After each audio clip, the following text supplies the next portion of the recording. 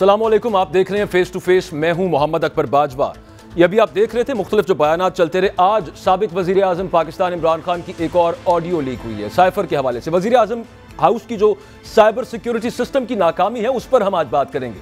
गुज़श्ता 2 हफ्तों से audio leaks का ये सिलसिला जारी है और ऑडियो लीक से मुल्क की सियासत में एक हिजानी कैफियत है। लर्जा हैं बहुत सारे क्वार्टर्स इस हवाले से कि तमाम ऑडियोज ना आ जाएं, लेकिन अभी तक तो जितनी आई हैं ऑडियो लीक करने वाले मुल्क में गैर यकीनी की सूरत हाल पैदा करने में एक अहम किरदार अदा कर रहे हैं, जिससे मुल्क की सिक्योरिटी की सूरत हाल और उसकी नाकामियां पूरी दुनिया के सामने आया हो रही हैं। आज मंजर आम पर आने वाली ऑडियो ने साबिक वजीर आजम इमरान खान के अमरीकी मुदाखलत के बयानिए को टारगेट किया है।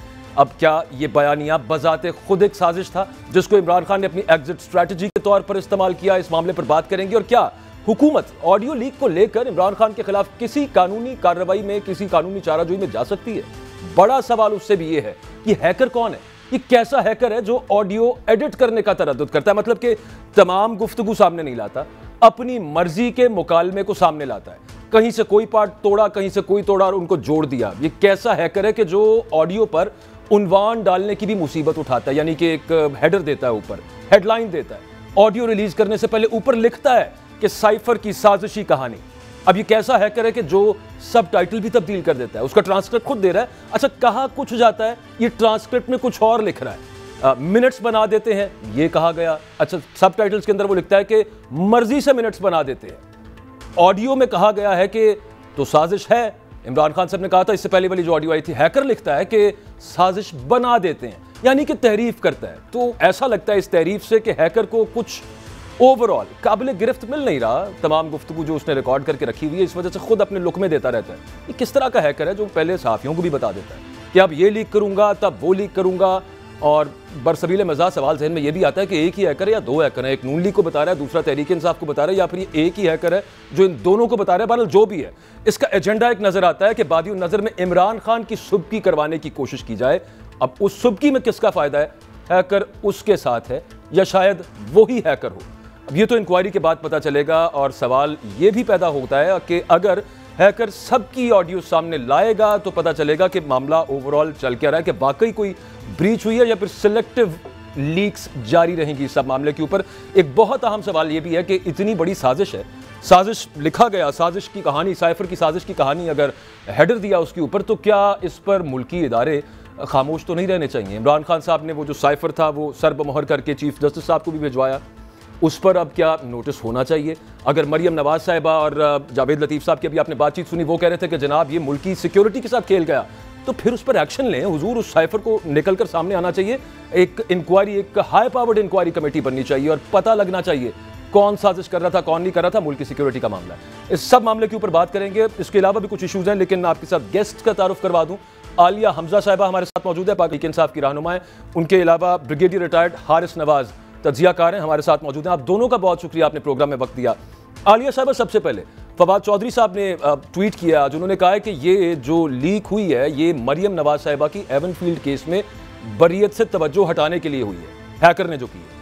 आपको क्या समझ आती है उनके बयान के बाद भी और ओवरऑल भी, ये कौन है हैकर और क्यों मरियम नवाज के उससे तवज्जो हटाने के लिए एक सिलेक्टिव आपकी लीक कर रहा है?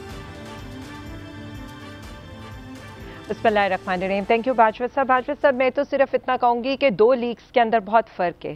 जो ये वाली लीक है, ये मतलब जो उनकी लीक्स हुई थी वो तो हैक्ड ऑडियो लीक्स थी, और ये वाली जो हुई है ये टेप्ड ऑडियो लीक है। पहले तो हमें इन 2 चीज़ों के अंदर फ़र्क समझ आना चाहिए। जो उन्होंने किया, जो आई वो सारी की सारी, अब वो किसी सिस्टम में रिकॉर्ड हो रही थी, वो सिस्टम हैक हो गया और वो आना शुरू हो गई और पता लगना शुरू हो गया कि वो अवाम से किस कदर मोहब्बत रखते थे, अपनी पार्टी के अंदर उनकी क्या चल रहा था, और ब्ला ब्ला ब्ला, वो सारी चीज़ें आपके सामने, वो मैं उनके ऊपर बाद में आऊँगी। जो ये खान साहब वाली है ना, मैं इसके ऊपर ये ज़रूर बात करना चाहूँगी कि ये जो है, ये खान साहब की जो ऑडियो बतौर वज़ीर आज़म थे और ये कौन टेप कर रहा था, इसके ऊपर पहले बात होनी चाहिए। और इसमें तो सबसे पहले ये बात होनी चाहिए, इसका मतलब है ये वही लोग टेप कर रहे थे जो अमरीकी साइफर का मुखातिब थे, ये वही लोग कर रहे थे जिन्होंने कुछ अर्सा पहले ये ऑडियोज अंसार अब्बासी साहब को दिखाएं। और उसके बाद मुझे सिर्फ इतना बता दें, हमें तो इनका फायदा हो रहा है। मैं तो कह रही हूँ सारी निकाले, पूरा साइफर निकाले, ये जिससे भी इन्होंने जो फवाद चौधरी साहब कह रहे हैं बिल्कुल ये डिस्ट्रैक्ट करने की कोशिश करें। पहली ऑडियो लीक निकालकर उसका बेनिफिशियरी कौन था वो आपने देख लिया, इसाकदार साहब नमूदार हो गए और अब तो माशाल्लाह वो सेनेट के भी कायदे ऐवान मुंतखब हो गए हैं, फाइनेंस मिनिस्टर भी बन गए। और दूसरी बेनिफिशियरी ये जो मरियम नवाज का, क्योंकि कल से जितना बैकलैश एक उस जो अदलिया के फैसले के ऊपर आए किसी के ऊपर नहीं आया। लेकिन यहाँ पॉइंट जो नोट करने के लिए हैं, जो अवाम के लिए भी हैं और बाकी लोगों के समझने के लिए भी हैं कि आप बार बार जो ये लीक्स करें वो सिर्फ इमरान खान को सच्चा साबित कर रही हैं, इसलिए कि मरियम नवाज के सबके सामने, मरियम नवाज क्या इनका पूरा वो जो भी लीक्स कर रहे हैं वो इमरान खान साहब का उसमें फायदा हो रहा है, वो एक आर्गुमेंट है। लेकिन साथ पाकिस्तान की कितनी बदनामी करवा रहे हैं जो भी लीक्स कर रहे हैं और जिन्होंने रिकॉर्डिंग की है। देखिए आर्गुमेंट की तो बात ही नहीं है ना, बात सिर्फ इतनी है, इन्होंने कहा खान साहब ये तो साजिश है, खान साहब तो जाली खत खान साहब ने लहराया था। अब खुद बार बार ये वीडियोस ट्वीट कर करके बता रहे हैं कि नहीं नहीं नहीं साइफर तो आया था, साइफर तो असली है। अब जरा इनके मुनाफकत जरा मैं वो बता दूं ना आपको। एक तो साबित हो गया साइफर हकीकत है, दूसरा साबित हो गया मुल्क को धमकी लगी थी, वो भी साबित हो गया। ये भी साबित हो गया आज के वोट ऑफ नो कॉन्फिडेंस से एक दिन पहले ये साइफर आया था, यानी वोट ऑफ नो कॉन्फिडेंस करवाने वाले कौन थे, साजिशी किरदार कौन थे। उसके बाद ये भी साबित हो गया कि वजीर आजम से, मुल्क के वजीर आजम से उस साइफर को छुपाया गया और उस साइफर को डॉक्यूमेंट करने के लिए उनको मीटिंग कॉल करके उसके मिनट्स ऑफ मीटिंग लेने पड़े। और तीसरी और सबसे इंपॉर्टेंट बात जो यहां पर होनी चाहिए वो ये होनी चाहिए, धमकी तो मुल्क को लग रही थी, यहां तो मुल्क की हुकूमत गिराने की कोशिश हो रही थी, तो फिर इतनी खामोशी क्यों थी और उसको क्यों ट्विस्ट करने की कोशिश की गई। और आज की ऑडियो में 6 कट्स लगे हुए हैं, आज की ऑडियो में वंस अगेन सबटाइटल इन्होंने अपनी मर्जी के डाले हुए हैं। इसका मतलब है आपके पास इमरान खान के अगेंस्ट कुछ भी नहीं है। तो मैं वैसे 6 कट्स जो लगे हैं इसका आपने एनालिसिस किया कि कहां पर कट लगा हुआ है? आपने कहा कट्स तो लगे हैं, ये तो मैंने भी अपने इंट्रो में कहा, लेकिन 6 लगे हैं। जी बिल्कुल ये सोशल मीडिया के ऊपर चल रहा है। जितने लोग जो इस चीज को समझते हैं ऑडियो वीडियोस को, उन्होंने उसका पूरा फ्रेंजिक करके सोशल मीडिया के ऊपर डाल दिया। उसके सब टाइटल्स का आपने जिक्र कर दिया था, इसे मैंने दोबारा जिक्र करना मुनासिब नहीं समझा कि जिस तरह से इन्होंने कहा मर्जी के मिनट्स मैं जरा ब्रिगेडियर साहब को शामिल गुफ्तगू कर लूं इस मामले के ऊपर। ब्रिगेडियर हारिस नवाज साहब, तो ये कह रहे थे मुझे जरा ठीक आपका पॉइंट आ गया, your point has been taken. आप मैं ब्रिगेडियर साहब ये बताइएगा कि ये जितना सर्जरी करके एक पूरी लंबी गुफ्तगू होगी, उसको छोटा किया गया, मर्जी के पार्ट्स रखे गए, सबटाइटल्स, वो सारी जो हम बात कर रहे हैं, और फिर जर्नलिस्ट को पहले से पता है, वो बता रहे हैं। अभी तो एक और बात, किसी जर्नलिस्ट से मेरी आज बात हुई है, वो कह रहे थे अभी 2 पार्ट्स और भी हैं। अब देखते हैं वो क्या मामला बनता है, वो आगे निकलता है। लेकिन ये कोई इनसाइड जॉब है सर, इसका मतलब है फिर जिस तरह का मामला सामने आ रहा है अपेरेंटली। बाजा साहब, ये एक तो देखें, ये बहुत ही सीरियस बात है और इसको सीरियसली लेना चाहिए और ये देखना चाहिए कि हु इज़ द कल्प्रिट। ये पुराने एक्स प्राइम मिनिस्टर की भी बगिंग की गई है और उसके बाद जो सिटिंग प्राइम मिनिस्टर उनकी भी हो रही है। दैट मीन्स कोई ना कोई सीरियस फैसिलिटेटर इनके स्टाफ में, क्योंकि यहाँ पर staff manager means intelligence bureau, special branch, और वहाँ पर जो भी कोई काम करता है उसकी फैसिलिटेशन है। जैसे दहशतगर्दी में हम कहते हैं कोई दहशतगर्दी नहीं हो सकती जब तक कोई फैसिलिटेटर ना हो, सहूलतकार ना हो। तो इसको अब ये देखना चाहिए, ये हुकूमत की बहुत बड़ी रिस्पॉन्सिबिलिटी है। और अगर राना सनाउल्लाह को वैसे भी प्रेसिडेंट बना देते, इंक्वायरी का हेड बनाते, it may not work because then thing will mold. दो इसमें ISI और वो बाकी लोग भी शामिल हैं इसके, लेकिन इसको बड़ा सीरियसली लेना चाहिए। ये नेशनल सिक्योरिटी इशू, पता नहीं कितने और चीज़ें निकल गई होंगी जो भी नहीं आ रही हैं। और फिर कट पे टाइमिंग के 2 दिन पहले, डिसीजन से पहले इमरान खान की इनकी एक लीक निकलना ऑडियो, उसके बाद ब्रिगेडियर साहब इसमें छोटा सा सवाल ये ले लीजिए कि आपने स्पेशल ब्रांच IB का जिक्र किया। फवाद चौधरी साहब कहते हैं कि अगर हमारी एजेंसी सियासी टास्क से उन्हें फुर्सत मिले तो वो पाकिस्तान की साइबर सिक्योरिटी को देखें, तो उनका फवाद चौधरी साहब का इशारा यहाँ पे IB की तरफ था कि उनको फुर्सत नहीं मिलती। नो, देखें, उनका बिल्कुल गलत इशारा था। मस्ट नो कि ये रिस्पॉन्सिबिलिटी ही IB और स्पेशल ब्रांच होती है। ISI has got nothing to do with it and IB has the latest equipment. पिछली नवाज शरीफ गवर्नमेंट ने they had spent lot billions of rupees on them कि ये इक्विपमेंट लेके दिया। ठीक है, अब बात ये कि इसके बाद ये टाइमिंग ये देखें, कट पीस, ये हमें देखना चाहिए। एंड वी नो कि what is happening. I am totally and I hate कि ये ऑडियो लीक्स किसी की भी हो, चाहे वो मरियम नवाज की हो, शहबाज शरीफ की हो, इमरान खान की हो या चीफ जस्टिस पाकिस्तान की हो। It is not required. दुनिया में क्या तमाशा बना होगा कि दुनिया में क्या पाकिस्तान की बात हो रही होगी कि हम, ये हमारे मुल्क है, ये हमारी national security, it's a nuclear country, और ये एक बहुत बड़ा सवालिया निशान उठता है। इसलिए हालांकि हमारे न्यूक्लियर टाइम बड़ा थोड़ा सा है इस इशू को डिस्कस करने के लिए, बस लास्ट ये फरमा दीजिएगा कि आईबी बिल्कुल उनकी रिस्पॉन्सिबिलिटी है, उनके पास लेटेस्ट इक्विपमेंट है। वजीर आजम उस वक्त इमरान खान थे, किसके कहने पर आईबी ये सब कुछ कर रही थी कि उस वक्त के प्राइम मिनिस्टर को अगर टैप हुए और उनसे ब्रीच हो गया, उनको पता नहीं चला, या फिर अगर उनकी आईबी में डिफरेंट पार्टीज के लोग, एफिलिएशंस के लोग रहते हैं, और इंक्वायरी करने के लिए सबसे इशू है कि स्पेशल आईबी का हेड जो भी है and special branch, they should be suspended. जब आप सस्पेंड करते हैं तो फिर आपके लोअर स्टाफ खुल के बताता है कि जी इसमें हमें शक है, so and so can be involve. अगर वो सर पे बैठा होगा तो लोग डरते हुए बात करेंगे। इसलिए सबसे पहले अकाउंटेबिलिटी करनी है तो इनको रिमूव करें कमांड से, then do inquiry. I think then such का सच इंशाल्लाह जरूर निकलेगा। और जो भी अच्छा, आलिया हमजा साहिबा, मरियम नवाज साहिबा कहती हैं कि नकब लगाई इमरान खान को मुखातिब करके तुमने पाकिस्तान के सबसे बड़े ऑफिस में, लेकिन वो ये बात करना या मुतालबा करना भूल गई कि जिन्होंने ये नकब लगाई कि पाकिस्तान के 2 प्राइम मिनिस्टर्स, एक सिटिंग और दूसरा एक्स, उनकी ऑडियोज लीक हुई, उनके खिलाफ इंक्वायरी, और फिर आपकी पार्टी के चेयरमैन ने ये सरबमोहर करके साइफर भेजा चीफ जस्टिस साहब को, मोहतरम चीफ जस्टिस साहब को, उस पर कोई खास नहीं, उनकी तरफ से कोई इंक्वायरी शुरू करने का कोई इंदिया नहीं आया सामने। तो मजीद सिर्फ थोड़ा सा ये क्लोजिंग रिमार्क्स में इस चीज़ के बता दीजिएगा, क्या आगे आप ऐसी स्ट्रैटेजी बनाएंगे कि लेकर आए जनाब, आप तो बहुत, आप कह रहे हैं बहुत बड़ी साजिश हुई है, तो फिर खुल के सबके सामने आना चाहिए कौन किरदार है इस साजिश में। अगर इमरान खान है तो सो बी इट, वो इस बेनिफिशियरी, ये देख लें। देखिए किरदार की कौन सी बात। जी आलिया साहब। मैं जवाब, जी बाजू सर, वैसे मैं एक बात कर रही हूँ, आप जिन खातून की बात करें और जिनका आप लोगों ने पहले ये क्लिप सुना है, मुझे एक बात आती, कभी आज तक उन्होंने सच बोले हैं? कभी उनकी कोई बात सच से शुरू हुई है? वो झूठ से शुरू करती हैं और माशाल्लाह बिस्मिल्लाह पढ़ के वो झूठी से सारी बातें करती हैं। या जो वो बातें कर रही हैं, पहले उनसे कहना, आप तो अपने जो है सिक्योरिटी संभाल नहीं सके अपने ऑफिस की, आप इमरान खान को क्या कहेंगे? इमरान खान की लीक्स तो मरियम कर रही है, सारी दुनिया को पता है कि ये जो दुनिया को पता है। सिर्फ ऐसा नहीं, आप क्या आपका लायामल होगा? देखिए सिर्फ एक सेकंड, हम तो कहते हैं बड़ा अच्छा करे, बड़ा एहसान है हमारी जिंदगी के ऊपर, अच्छी बात है। हम तो कह रहे हैं साइफर भी निकाल के अवाम के सामने ले, हम गलत है, हमें जो है झूठा साबित कर दे। नहीं तो चीफ जस्टिस ऑफ पाकिस्तान के सामने ये पेश हुआ है, वो निकाले इसको, इसके ऊपर ओपन हियरिंग करें। अवाम सुनने के लिए तैयार है, हम सुनना चाहते हैं। मुल्क को धमकी लगी हुई है, उसके नतीजे में पूरा रेजीम चेंज हो गया, जिसके कॉज पूरा पाकिस्तान तहरीक इंसाफ कह रही है कि ये ब्लेसिंग इन डिस्गाइज है। मैंने एक्चुअली ब्रेक लेनी है madam, sorry to cut you here. Blessing in disguise कह रहे हैं, वो कह रहे हैं कि बिल्कुल सबके सामने लेकर आए इसको, और पता चलना चाहिए कि वहां पर क्या हुआ था, किसने साजिश की, यहां से हुई कि वहां से हुई।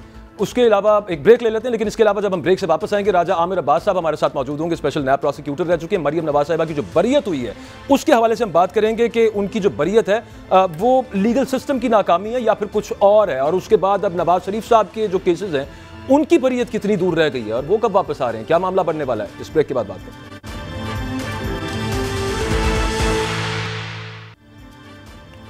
एवनफील्ड अपार्टमेंट केस में कल के रोज आपने देखा ही था, हाई कोर्ट ने मरियम नवाज को बाइज्जत बरी कर दिया। अदालत ने मुख्तसर फैसले में कहा कि Maryam Nawaz public office holder नहीं थी, उन पर असासों का केस नहीं बनता। 7 साल कैद की जो सजा थी वो कलअदम करार दी जाती है। जस्टिस आमिर फारूक साहब ने बहुत अहम रिमार्क्स दिए। उन्होंने कहा कि केस शायद ठीक भी हो, मुल्जिम जो है वो कटहरे में आकर खुद भी उसका इकरार करे, लेकिन फिर भी ये आपकी रिस्पॉन्सिबिलिटी कि आपने उसको साबित करना है, प्रोसिक्यूशन की रिस्पॉन्सिबिलिटी है।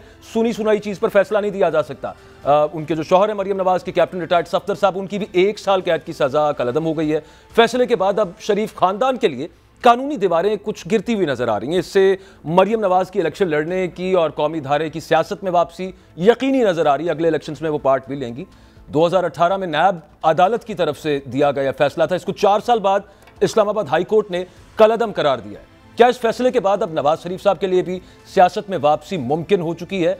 2 रोज पहले इसहाक डार साहब तो वापस आ चुके हैं और फिर मरियम नवाज की सजा कलअदम करार दिए जाने से अब मुल्क के लीगल सिस्टम पर भी सवालिया निशान उठ रहे हैं। प्रोसिक्यूशन इससे पहले क्या करती रही है, नैब ने इस हवाले से क्या किया था। फवाद चौधरी साहब ने बड़ी इंपॉर्टेंट इस सब मामले के हवाले से बात की थी, जरा पहले सुन लीजिए फिर गुफ्तगू करते हैं। जिस तरीके से इन्होंने ये सारा खेल रचाया है, उसके नतीजे में पाकिस्तान में जस्टिस सिस्टम के ऊपर बहुत बड़ा एक सवालिया निशान आ गया है। पाकिस्तान के लोगों के लिए सिर्फ हमारा निजाम का एक ही पैगाम है कि आपने चोरी करनी है तो बड़ी करें, छोटी करेंगे तो आप पकड़े जाएंगे, बड़ी करेंगे तो कोई प्रॉब्लम नहीं। सब मामले पे बात करने के लिए हमारे साथ राजा आमिर अब्बास साहब मौजूद हैं। लॉ को समझते हैं, नैब के साथ भी एज अ प्रोसिक्यूटर काम कर चुके हैं और आलिया हमजा साहिबा भी पाकिस्तान तहरीक इंसाफ की रहनुमा हमारे साथ मौजूद हैं।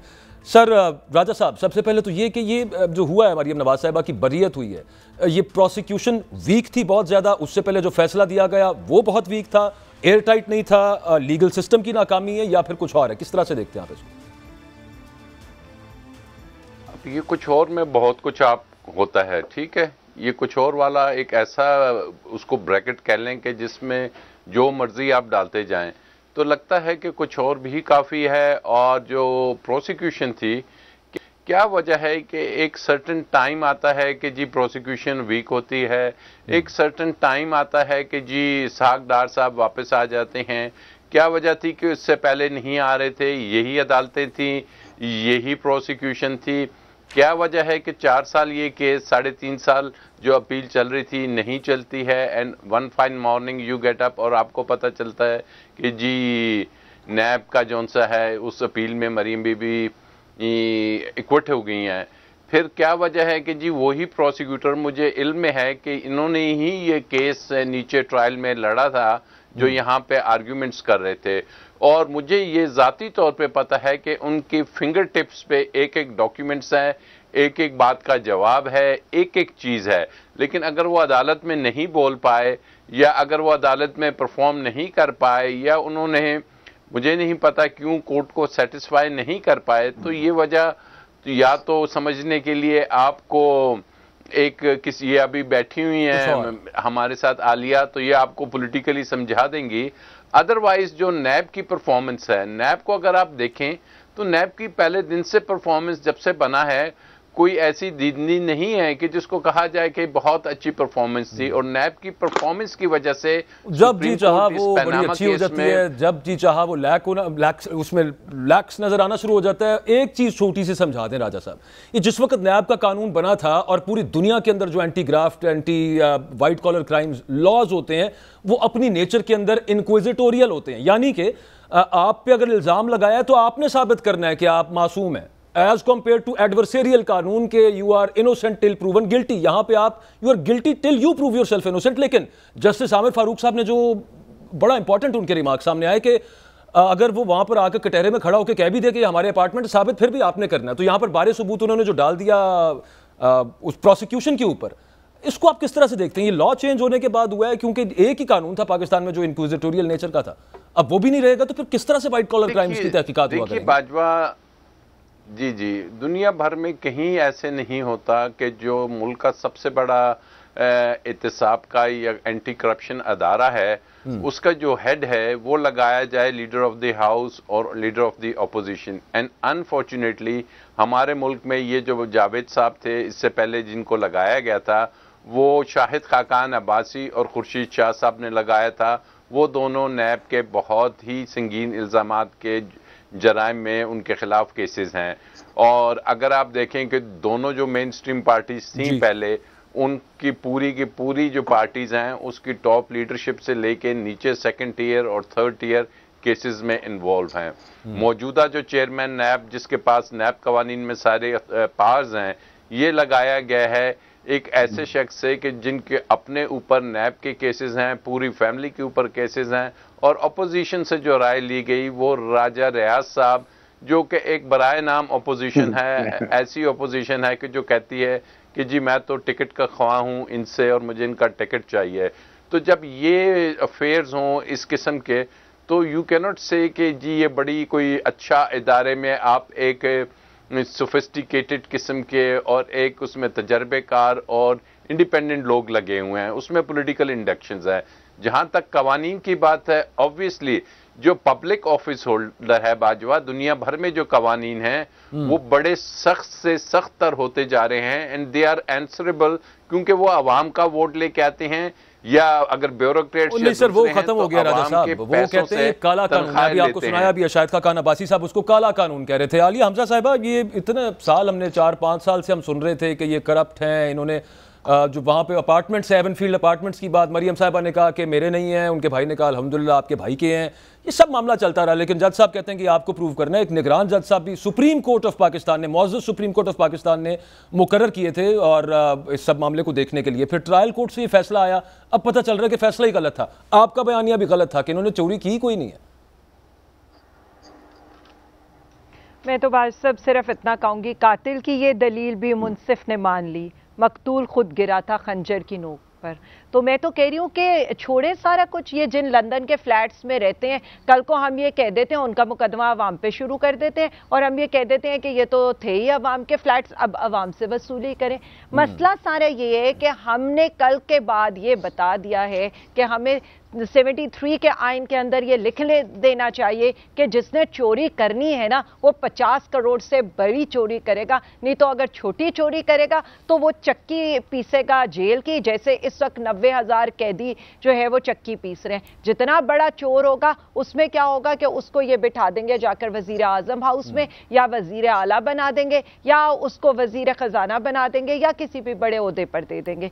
अब मसला इतना है कि आइन लिखने की इतना लंबा चौड़ा क्या जरूरत थी, सिर्फ ये लिख देते जिसकी लाठी उसकी भैंस है। वो कर दिया उन्होंने। अब हम सुनते थे ना आज तक। और एक इस्लाम के अंदर, इस्लाम के लिहाज से मैं एक बात कर देती हूँ, हमेशा ये हमें कहते थे हजरत उमर बिन खत्ताब को, जब सलमान फारसी साहब ने उनसे पूछा था ना 2 चादरों का, तो आज तो हमें ये लग रहा है कि नैब का कानून ये कह रहा है कि सलमान फारसी साहब को आकर जवाब देना है कि उमर खत्ताब साहब की 2 चादरें जायद क्यों थी, जो उन्होंने उनसे सवाल किया था। अच्छा, ये बड़ा इंपॉर्टेंट पॉइंट है इस पे राजा साहब। सिर्फ एक सेकंड मैं आपके पॉइंट को आगे बढ़ाना चाह रहा हूं। एक सेकंड मैं एक बात कंप्लीट करके राजा साहब उस पे ज्यादा जी करें। नहीं सिर्फ राज साहब बहुत उस्ताद है मेरे, मैं तो सीखती हूँ सारा कुछ माशाल्लाह, जितने इनके ग्रिप है।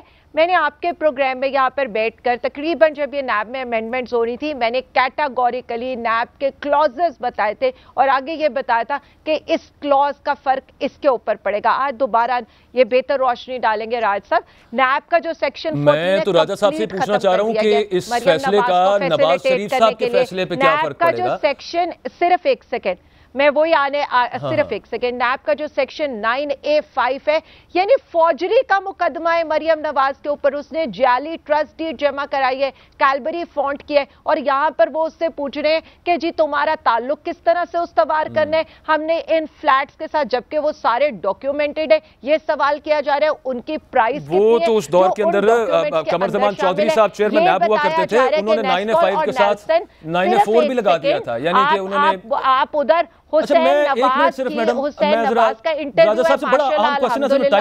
है, ये फ्लैट्स।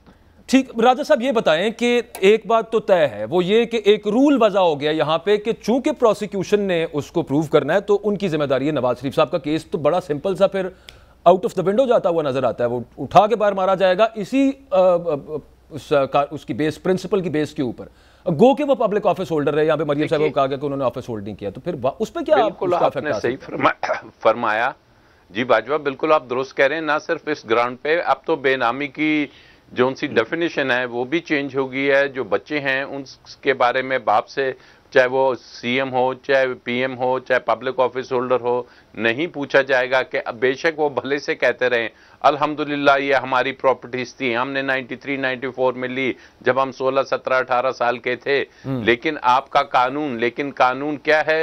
कानून वो है कि जो आपकी लेजिस्लेशन ने इसको लेजिस्लेट किया है। अब बात सिर्फ हम ये नहीं समझते कि जनाब जब आपके मुल्क में कंसिडरेशंस ऐसे हों कि ऑल ऑफ अ सडन आप कहें नहीं जी अब हमें लेवल फील्ड प्लेइंग करनी है, अब हमें सबको राइट देना है कि जी इलेक्शंस करने हैं। जब आपकी जो एज ए नेशन आप इस किस्म के बातें सोच रहे हों, जब अदारे जो उनसे हैं वो आपके, चाहे वो अदालतें हों, चाहे वो पार्लियामेंट हो, चाहे वो एग्जीक्यूटिव हो, दीगर अदारे हों, उन पे चाहे किसी का भी फैसला करें, चाहे वो मरीम के हक में करें या खिलाफ करें, इमरान खान साहब के हक में करें, खिलाफ करें, लुब्बे लुबाब ये राजा साहब के मियां नवाज शरीफ साहब भी आप देखते हैं अरसे के बाद सुप्रीम कोर्ट के कहने के बावजूद वेरी अनफॉर्चुनेट बाइज्जत बरी होंगे नवाज शरीफ साहब, कोई नहीं सोच रहा, पाकिस्तान के सिस्टम के लिए नहीं सोचा जा रहा।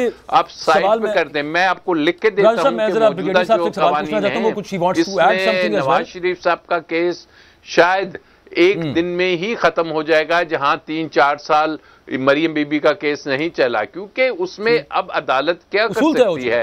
अदालत हाँ ये कर सकती है, सुप्रीम कोर्ट में इसी हफ्ते में ये तमाम अमेंडमेंट्स लगी हुई हैं, तो क्या सुप्रीम कोर्ट इन अमेंडमेंट्स को अब वैलिडेट करेंगी कि जी ठीक है, जो वो पार्लियामेंट में लोग बैठे हैं उन्हें इख्तियार है। मैंने आपसे पूछना है कि इसको क्या नैब चैलेंज करेगी वहां पे या हुकूमत जाके वहां पे चैलेंज कर दे? कानून बना ले, टाइम जरा सर जी कम है राजा साहब। ब्रिगेडियर साहब ये आपसे भी बड़ा सिंपल सा सवाल है, ये आपकी नजर में लीगल सिस्टम का फेलियर खत्म कर दिया था और ये फैसला किया था कि ये नॉन एस्ट है कि जैसे मौजूद ही नहीं था। मुझे ये बता दीजिएगा ब्रिगेडियर साहब, आपकी नजर में भी लीगल सिस्टम का फेलियर है या फिर कुछ और है? यहाँ आप क्या कमेंट करेंगे इस पर? करके ये किया गया, ये नई हुकूमत ने आपके सामने अगर प्रोसिक्यूशन का जो प्रोसिक्यूटर जनरल है वो कोर्ट में पेश नहीं होता और आपके सामने प्रोसिक्यूटर जो है वो कहता है जी मैं तो मुझे कोई इतराज़ नहीं है, ये नहीं है, वो नहीं है। 92 में हसन और हुसैन की एज क्या थी? बड़ा सिंपल सी बात है। और उसके बाद अगर वो कह रहे हैं, शहबाज साहब कह रहे हैं हमारा बाप बहुत गरीब किसान था, मरियम नवाज के नहीं, वॉज मोर रिचेस्ट पर्सन, चले मान लिया। 15-16 साल के लड़कों के पास ये पैसा कहाँ से आया? ओके, उनके पास पैसा था, कहाँ से गया? पाकिस्तान से गया। कैसे मनी लॉन्ड्रिंग हुई? अगर आपने सऊदी अरब की अपनी मिल बेची थी तो वो पैसा कहाँ गया? फिर आपने कतरी लेटर क्यों दिया? ये तो वो सवाल हैं जिस पे कोई डाउट ही नहीं है। ये कानून ऐसा बना दिया कि उन्होंने कहा जी कि बाहर की एविडेंस भी नहीं होगी। नंबर 2, वहाँ पर कोई भी आप burden of proof lies with the prosecution. और प्रोसिक्यूशन कौन? नैब को आज से ये इनका फातिहा पढ़ लें। They have finished this gentleman. मेरे ख्याल में नहायत थी, मुझे अफसोस है चेयरमैन नैब ऐसे लगाना, और पीटीए की भी गलती है कि आप why do leave the assemblies. आज असेंबली में बैठे होते तो ये चेयरमैन नैब ना लगा होता, ये भी ना लगा होता। अब इस स्टेज पे अब इमरान खान देखें, नवाज शरीफ की तो बात बड़ी क्लियर है, with in a month he should in Pakistan and he will get, इसी तरह 2 दिन में केस क्लियर हो जाएगा।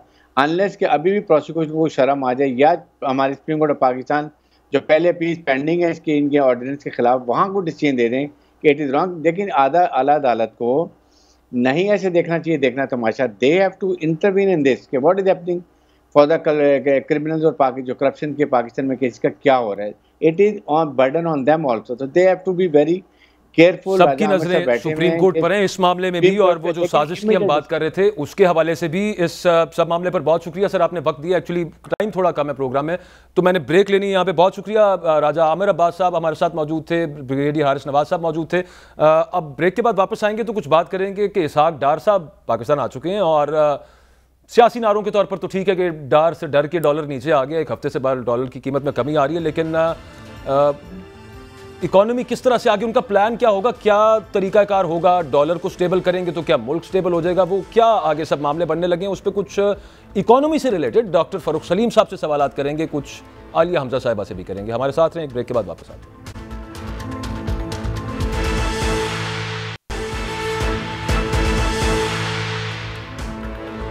Welcome back. कुछ बात करेंगे मुल्क की इकोनॉमी की, और इसहाक डार साहब वापस आ गए। मुल्क में गुज़श्ता हफ्ते से डॉलर की कीमत जो है उसमें कुछ मुसलसल कमी हो रही है, अच्छी बात है। डॉलर की जो गिरती हुई कीमत है ये मुल्क की मईशत को सहारा दे रही है, कितनी देर तक दे पाएगी? कारोबारी हफ्ते के आखिरी रोज भी इंटरबैंक में डॉलर 1 रुपये 63 पैसे सस्ता हुआ है, 228 का हो गया है, लेकिन इंटरबैंक में भी कुछ कमी हुई है, 10 रुपये 59 पैसे डॉलर सस्ता हुआ था। लेकिन डॉलर की जो कीमत है उसमें हालिया कमी के बाद पाकिस्तान के कर्जों के बोझ में जो कमी हुई है वो तो अपनी जगह पे, लेकिन जो बढ़े थे वो कहां पर है? सवाल ये भी पैदा होता है कि मुल्क की मईशत फकत डॉलर की कीमत कम होने से बेहतर हो जाएगी, और क्या इसहाक डार साहब की वापसी और बतौर वजीर खजाना हल्फ बर्दारी के बाद मुल्क में डॉलर की कीमत कम हो रही है, जबकि माशी एक्सपर्ट ये कहते हैं कि हुंडी हवाला नेटवर्क है और अफवाहें फैल जाती हैं, उसमें मुलव्वस जो बैंक्स थे उनके खिलाफ सख्त कार्रवाई की है, इसकी वजह से रुपए की कदर में बेहतरी हुई है। अफगानिस्तान जो डॉलर जा रहे थे उनको थोड़ा कंट्रोल किया, उसकी वजह से कुछ बेहतरी हुई है। लेकिन उसके अलावा सैलाब की सूरत हाल है, बहुत सारी इंपोर्ट्स पाकिस्तान को इस वक्त नागुज़ीर हैं। करनी पड़ रही हैं। अब उन इंपोर्ट्स की वजह से भी रुपए के ऊपर दबाव आ रहा है। उसके अलावा जब तक हमारी इकोनॉमी बरामदात बेस्ड नहीं होगी, एक्सपोर्ट्स बेस्ड नहीं होगी, तब तक क्या मुल्क की मामलात बनेगा इकोनॉमी का। तो उसके हवाले से बैंक्स एलसीज नहीं खोल रहे, एक्सपोर्टर्स ने जो रॉ मटेरियल मंगवाना है। तो ये सब मामलात इकोनोमेट्रिक्स इसके क्या हो सकते हैं, समझने की कोशिश करते हैं। हमारे साथ डॉक्टर फरूख सलीम साहब मौजूद है। बहुत शुक्रिया सर, आपने वक्त दिया है। ये जो कुछ रोज से हमें गिरावट नजर आ रही है डॉलर की कीमत में, ये कितनी सस्टेनेबल होगी आपके ख्याल में, कितनी देर पा होगी और इसकी वजह क्या है?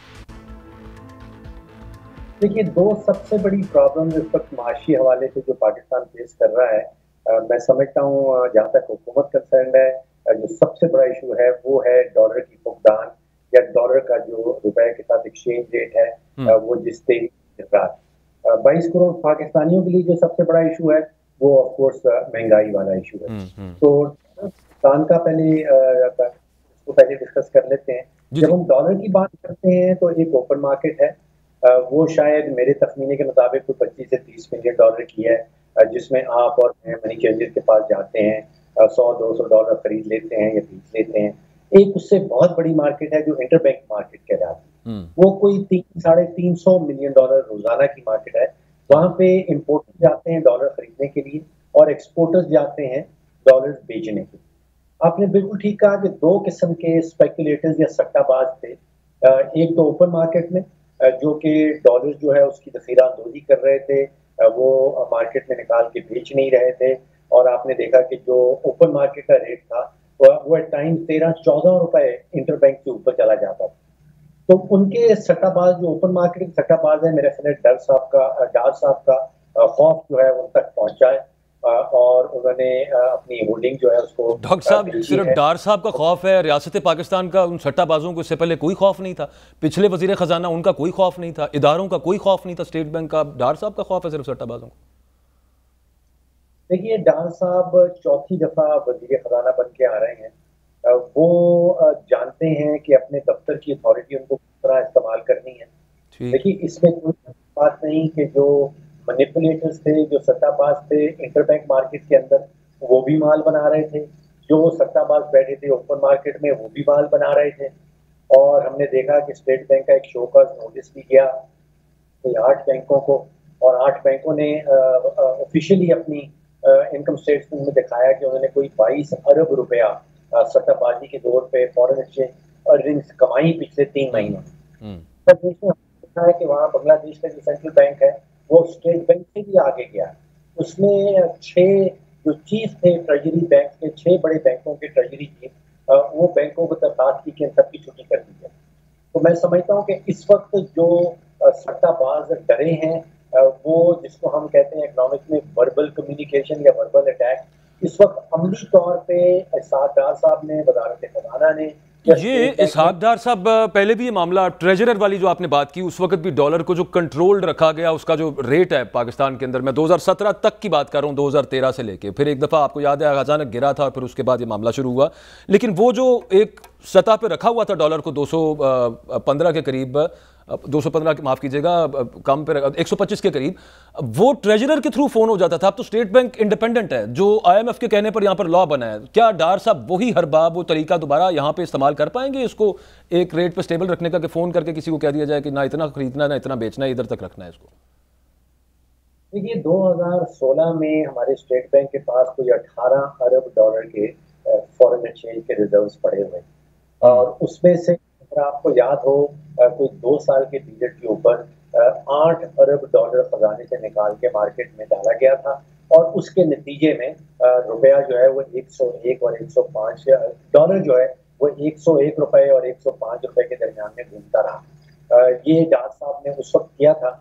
अब वो शायद नहीं हो सकेगा, और उसकी एक बड़ी वजह ये है कि एक तो हमारे स्टेट बैंक के पास 8 अरब डॉलर के ज़खायर पड़े हैं, जो ज्यादा के नहीं, तो वहां से ज़खायर तो मार्केट में बैंक नहीं जा सकते। फिर कुछ कानूनी इशू सामने आ गए हैं, फिर IMF के साथ फायदे हैं वो भी सामने आ जाते हैं। तो वो 2022 जो है वो 2017 नहीं है। बहुत सारी चीजें जो है बदल गई। यहाँ पे इस वक्त सट्टाबाजों को तो खौफ आ गया है, लेकिन जो बुनियादी कमजोरी है रुपए के अंदर वो आती है हमारे करंट अकाउंट के खसारे से।